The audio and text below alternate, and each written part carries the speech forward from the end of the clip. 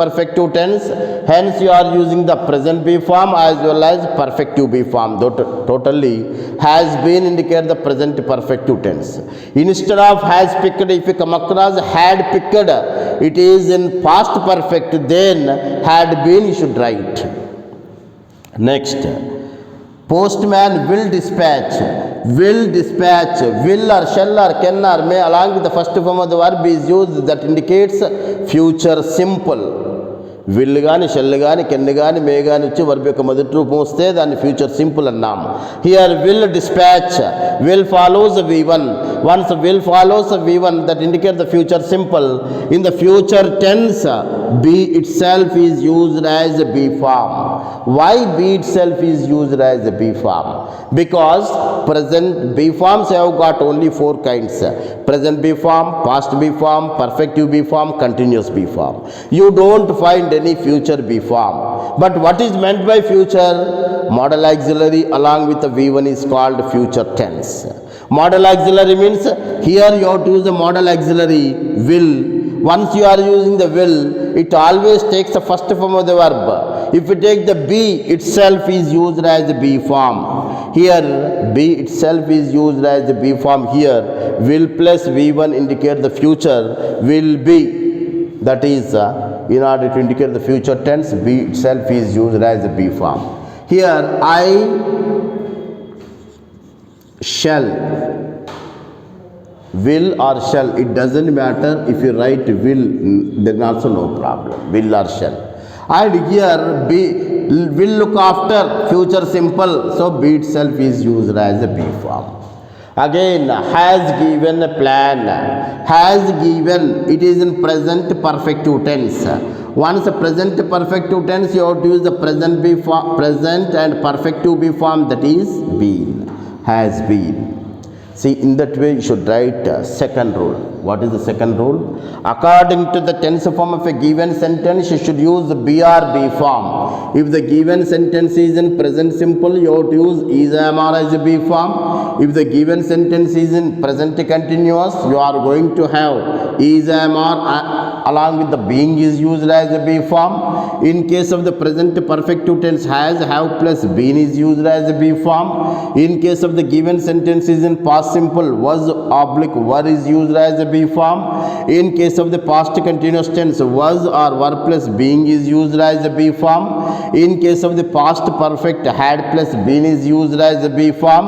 In future tense, future simple tense takes will, shall, can, may plus be itself is used as a be form. If it is in future perfect tense, will plus have plus been is used as a be form in case of the future perfect tense. For the future continuous tense, future perfect continuous tense, you don't find any be form, passive constructions. In that way you are going to find, for the 8 sentences you are going to find passive constructions. Now come to the third rule. Then write past participle of an active verb. Write past participle of an active verb. Write past participle of an active verb. Reveal becomes what? Revealed. Reveal becomes what? Revealed. And here declare, declare, declared, declared. So declared. Here explaining. What is the third form of the explaining? Explain, explained, explained. Is being explained. Call, called, called. See here, called. Has is a helping verb, picked is the main verb. You should write the V3 for the main verb itself. Pick, picked, picked. So picked. Dispatch, dispatched, dispatched. So dispatched.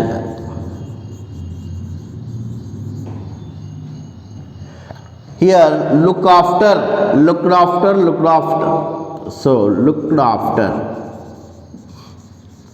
This is a phrasal verb. Gave, gave, given. So given. So here write a past participle of an active verb. Active voice లో ఉన్న వర్బ్కు మూడవ రూపం రాయవలెను. We are writing V3. This is the third rule. Now come to the fourth rule. Use the preposition by to indicate an agent if the agent is not clear. If the agent is not clear means if the subject is someone or anyone or anybody or nobody, no one or nobody. Say if the subject is someone or anyone, anybody, nobody or none, no need to use preposition by, because agent is not clear here. Here agent is not clear. No need to use by preposition. See what is the fourth rule? Use the preposition by to indicate an agent. One more thing. If the agent is animate agent, animate object we use by preposition. If the agent is inanimate object, we use with preposition. Only the main verb no, if it is used as a V3 in passive construction, it takes two preposition. These three things you should remember. ఈ మూడు గుర్తుంచుకోండి. Animate object lively object అయితే by preposition వస్తుంది. Inanimate object లైవ్లెస్ thing వస్తే అప్పుడు with అనే preposition. No అనేది main వర్బ్గా ఉన్నట్టయితే here to is taken as a preposition. See for example, I know him. I know him. Here I is the subject, know is the verb, him is an object. Him became what? He. Present simple is know, knew, known. So known, isn't it? Another example,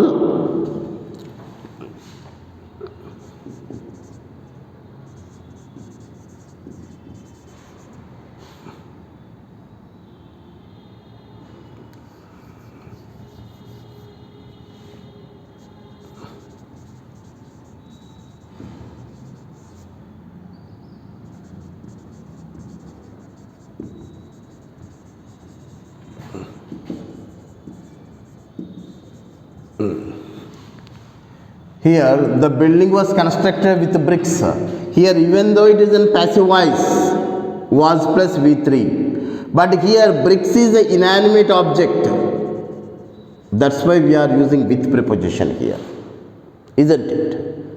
And here what is the fourth rule? Use the preposition by to indicate an agent. Use the preposition by to indicate an agent. What is the subject here? Character. So by. Here the judge. So by. Once agent is clear, you can use by preposition. Here explained by. She called him. He was called by.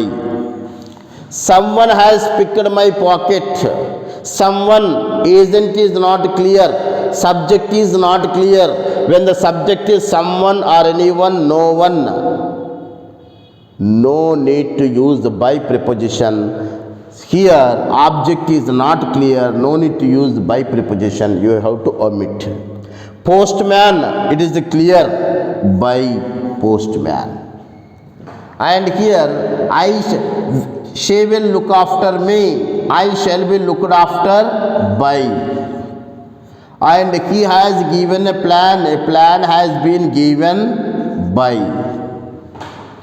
Here he is known. Here you should not write a by preposition. One exception, whenever you come across the no, K-N-O-W, no, new, known.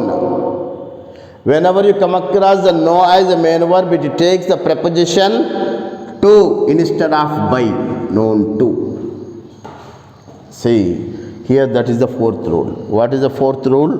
Use the preposition by to indicate an agent. If the agent is not clear, no need to use the by or with preposition.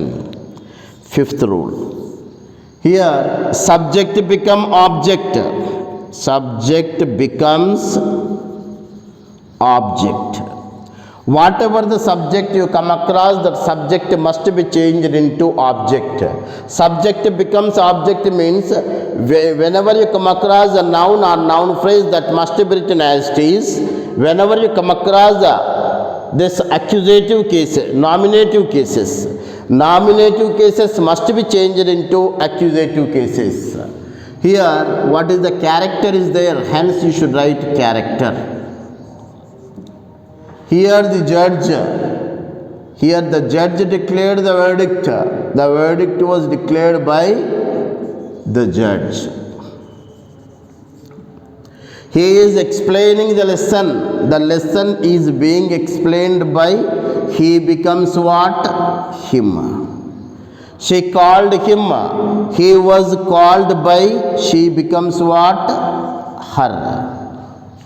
And someone has picked my pocket. My pocket has been picked, that's all. And see here, postman will dispatch the letter.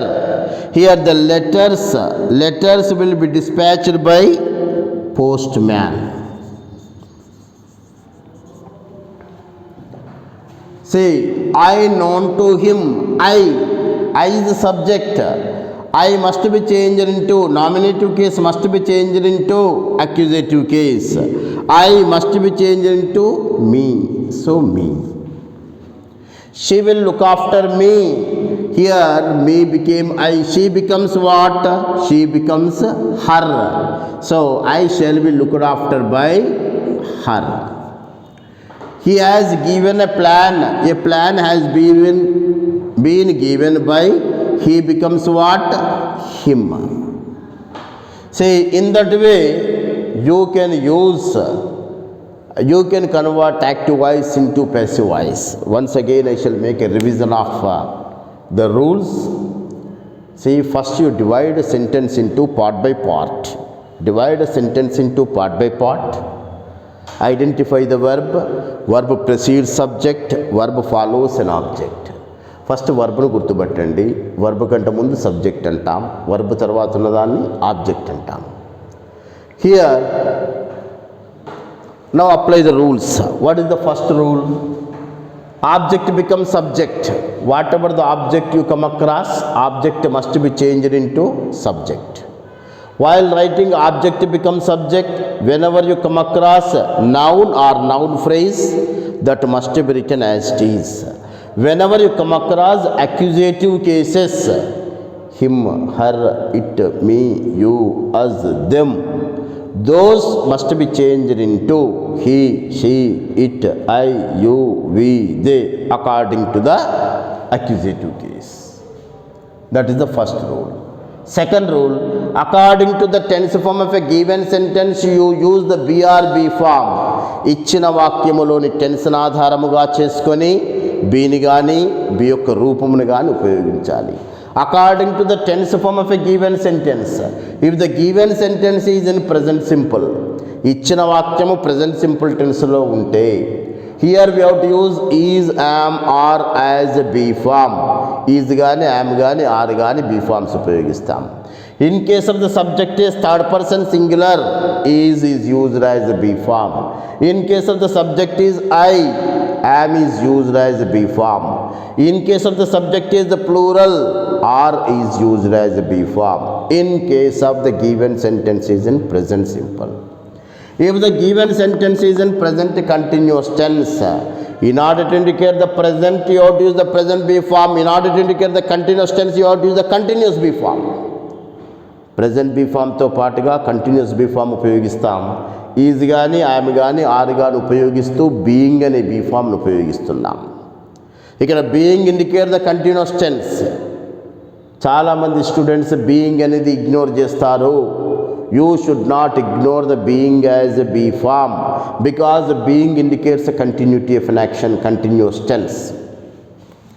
Present perfect. If the given sentence is in present perfect tense, has or have plus been is used as a be form. And if the given sentence is in past simple tense, ఒకవేళ ఇచ్చిన వాక్యము past simple టెన్స్లో ఉంటే was కానీ వర్ కానీ ఉపయోగిస్తాము. Was were అనేది కేవలము పాస్ట్ సింపుల్ సూచిస్తుంది. If the given sentence is in past continuous tense, in order to indicate the past you have to use was or were. In order to indicate the continuous tense you have to use being is used as the be form. Here was plus being, were plus being is used in past continuous tense. Was is used for the singular subject, were is used for the plural subject. One more thing. In the present tenses, I is treated as equivalent as a plural. In the past tense, I is treated as a singular only. That's why he was, she was, it was, I was a term. You were, we were, they were. So, if the given sentence is in past perfect tense, you have to use had plus been is used as a be form. Had plus been అనే be form ఉపయోగిస్తాం. In the future tense, only two tenses have got the transformation active voice into passive voice. One is in future simple, one it is in future perfect tense. If the given sentence is in future simple tense, here will or shall is used along with the be itself is used as a be form. కేవలం B అన్నది మాత్రమే B ఫామ్గా ఉపయోగిస్తాం. అది will, shell, can, మే ఏదున్నా B అనే be ఫామ్ను ఉపయోగిస్తాం future సింపుల్లో. If the given sentence is in future perfect tense, will or shall plus have plus been is used as the be form in case of the given sentence is in future perfect tense. ఈ విధంగా ఇక్కడ మనకు 1 2 3 4 5 6 7 8 కేవలం 8 టెన్సెస్కి మాత్రమే active voice నుంచి passive voice మార్చడానికి వీలుంటుంది. That is the second rule. According to the tense form use BR be form. Third rule, write past participle of an active verb. Active వాయిస్లో ఉన్న వర్బ్ యొక్క మూడవ రూపం రాయండి. యాక్టివ్ వాయిస్లో ఏదైతే వర్బ్ ఉంటుందో దానికి మూడవ రూపం రాయాలి. That is the third rule. Fourth rule, use the preposition by to indicate an agent. In general, if the agent in the passive construction, agent may be in two ways: inanimate object or animate object. Inanimate object means what? Lifeless object. Lifeless object means, say, it may be thing. Whenever you come across a lifeless object, that may be identified with the with preposition, not by. Here you see the building was constructed with bricks. Here bricks, even though it is in passive voice, was plus V3 is used, it is in passive voice. But here bricks thing, that's why instead of by preposition we used with. Means for inanimate object you have to use with. For the animate object, means a lively object, you have to use by preposition. That's why here we use by her, by him, by me. In that way you should write the object preposition. Except only one exception it has got. Whenever you come across the no as a verb, no has got the three forms: no, knew, known. Whenever you come across the no as the main verb, in the passive construction it takes a two preposition instead of with or by. Even though agent is animate or inanimate, no takes a two preposition. That's why I know him becomes he is known to me. And that is called the fourth rule. Fifth rule, subject become object. Whatever the subject you come across, the subject must be changed into object. While writing the subject, nominative cases you come across, nominative cases must be changed into accusative cases. These are the fundamental rules while transforming active voice into passive voice. Now,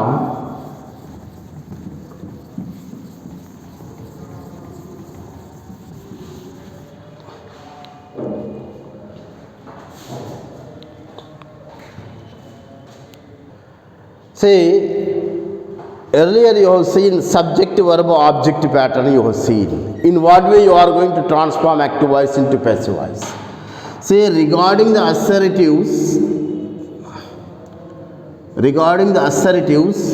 you are going to find subject verb object pattern will be there. Subject verb double object pattern will be there.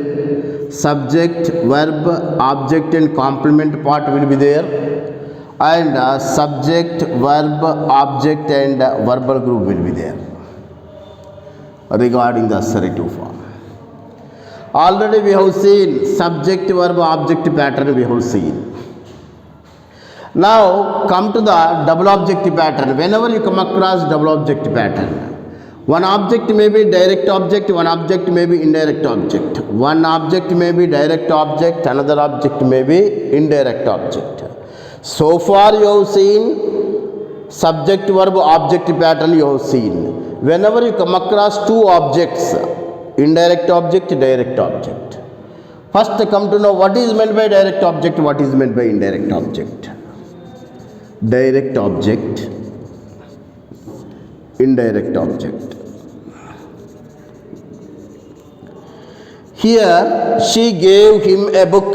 Here in this sentence you could find two objects, subject, verb, and enter this one object, and in this object him is one object, a book is another object. According to here you are going to find the two objects. On the basis of two objects you can write two sentences you can write. One is she gave me is one sentence. She gave a book is another sentence. He gave him is one sentence. So here subject verb object, subject verb object, two sentences you are getting. And here what is the direct object, what is indirect object? When the subject verb object gives complete meaning of its own, when there is no possibilities to arise question, that object is called direct object. When the subject verb object gives a perfect meaning of its own, there is no possibilities to arise a question, that object is called direct object. When the subject verb object gives a perfect meaning of its own, there is no possibilities to arise a question, that object is called direct object. Why? Because here object is directly affected by the verb. When the verb is directly affected by the verb is called direct object. How can you say it is directly affected? When the subject verb object gives a complete meaning of its own, there is no possibilities to arise a question, that object is directly affected by the verb, hence it is called a direct object. Here she gave a book. ఆమె పుస్తకం ఇచ్చెను, ఇచ్చిందేదో చెప్తున్నాం కాబట్టి ఇక్కడ దీన్ని direct object అంటున్నాం. She gave a book, ఆమె పుస్తకం ఇచ్చాను పరిపూర్ణమైన అర్థం ఇస్తుంది, ప్రశ్న వేయడానికి పాసిబిలిటీ లేదు. And you take another sentence, she gave him. Say when hear him is indirectly affected by the verb.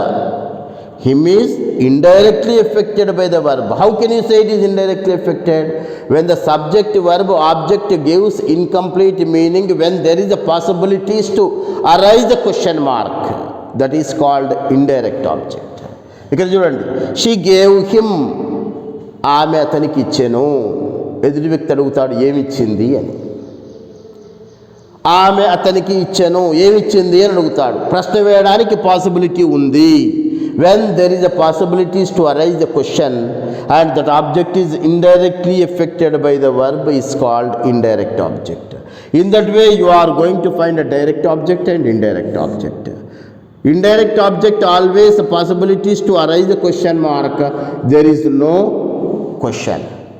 And here it is the directly affected by the verb, here indirectly affected by the verb. See, sir, if I comprehend the question, then only I can come to know what is the direct object and indirect object. But I don't have any caliber to understand the sentence. How can I come to know whether it is the direct object or indirect object? Sir, నాకు వాక్యం అర్థం చేసుకునే capacity లేదు, కానీ వాక్యాన్ని చూసి ఇది direct object indirect object ఎట్లా చెప్పాలి, ఏ విధంగా చెప్పాలి అంటే simple logic. whenever you come across accusative cases always indirectly affected by the verb, hence it is called indirect object. Accusative కేసులన్నీ కూడా దాదాపుగా ఇండైరెక్ట్ ఆబ్జెక్ట్గానే పనిచేస్తాయి.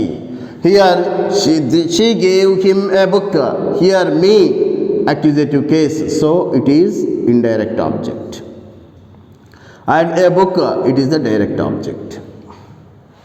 See, for another example, they asked us many questions. They asked us many questions.